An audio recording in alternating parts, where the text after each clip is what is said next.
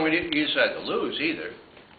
But as long as Shia and Sunni are at each other's throats, not only in Syria, but in the whole region, Israel has nothing to fear from Syria. Whoa. Now, one proximate reason, of course, is that Hezbollah in southern Lebanon, which gave Israel a bloody nose a couple of years ago, you probably remember that. It doesn't happen very often. They get resupplied through Syria. Iran, others resupply them through Syria. So if Syria is in chaos, it's much more difficult to resupply Hezbollah. And of course, there's the crescent that they want to discredit Iran and Syria and Hezbollah.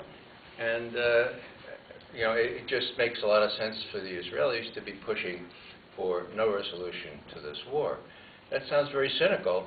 That's only because it is very cynical. Now, why should the United States follow this? Well, I don't know. Our very first president warned against the passionate attachment of one country to another on the supposition that the objectives and goals of the two countries are identical. He was thinking of France. Think about Israel.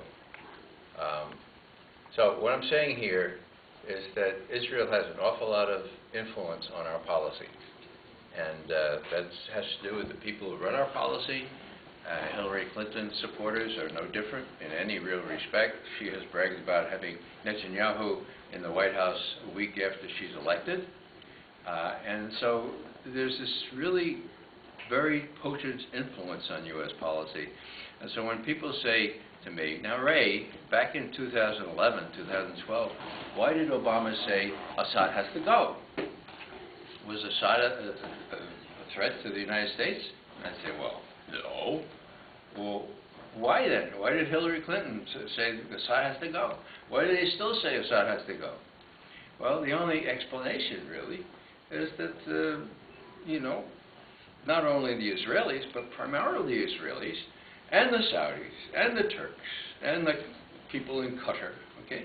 They all, have this animus against Bashar al-Assad, but it's mostly, it's the Israelis and these other people. Why do we care about these other people? Well, you know why, right? Pope Francis, whom I really admire. I don't agree with everything he says, but you remember what he said to U.S. Congress? This was in September of last year. He said, the main problem is the blood-soaked arms traders. Oh! The blood-drenched arms traders, okay? Now, the congressmen and representatives, said, oh, that's great. And they check the back pocket to see if the money that Lockheed had just given them or Raytheon is still there, Incredible cynicism. But that is a main part of the problem. So why do we placate the Saudis? Why do we aid and abet what they're doing in Yemen, which is unconscionable? The blood-soaked arms traders. It's pretty simple. But let me ask you a question. We sell a lot of arms to Saudi Arabia. Give me an estimate on the value of the arms that have been approved for sale to Saudi Arabia since Obama took office. Anybody want to throw out a guess? How much? How much? 60 to 90 billion. 60 to 90 billion. Do I have 100 billion? 100 billion. Do I have 114 billion? My God. 114 billion sold. 114 billion. My God. Now people say, now, my government, don't exaggerate, for God's sake. Now, it's been approved, but only 50 billion has been delivered. Only? I don't know if only is an adjective or an adverb there, but I don't think it belongs before the figure 50 billion. So when you ask a congressman or senator, okay, what do you think about Saudi Arabia doing all these terrible things, not only in Yemen, but with ISIS and everything else? They have to go to the bathroom right away, or else they have an accident. It's bizarre. Now, what do we do about all this? Well, I'm in awe of people like the Shannon folks, the airport folks, and the folks that protested in Tipperary just yesterday and the day before. And I'd like to just before we go to questions, maybe cite one thing that I learned from my experience in Germany. I served 5 years in Germany in the 60s and in the 70s. I learned a lot about the Third Reich. I learned a lot about German defensiveness and German denial. And I heard one story about a German professor. His name was Albrecht Haushofer. Has anybody heard of Haushofer?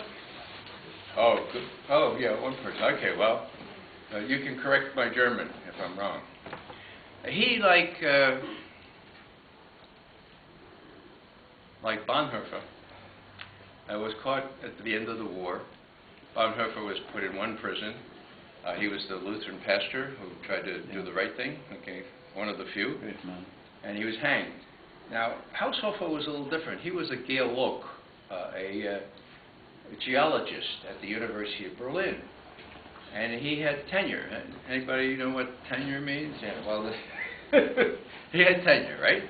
And the way he had tenure was by keeping his mouth shut. But he had a conscience too.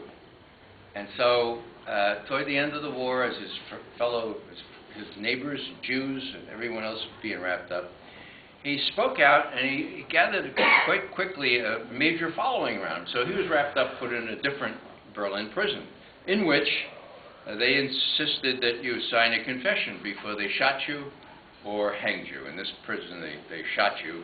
In Bonhoeffer's prison, they hanged you. Okay. So he wouldn't do it. Okay. He just wouldn't do it. And so as the Allies approached, they shot him anyway. Okay. And as they picked him off the floor, this thing fell out of his pocket. There was a little settle, a little scrap of paper.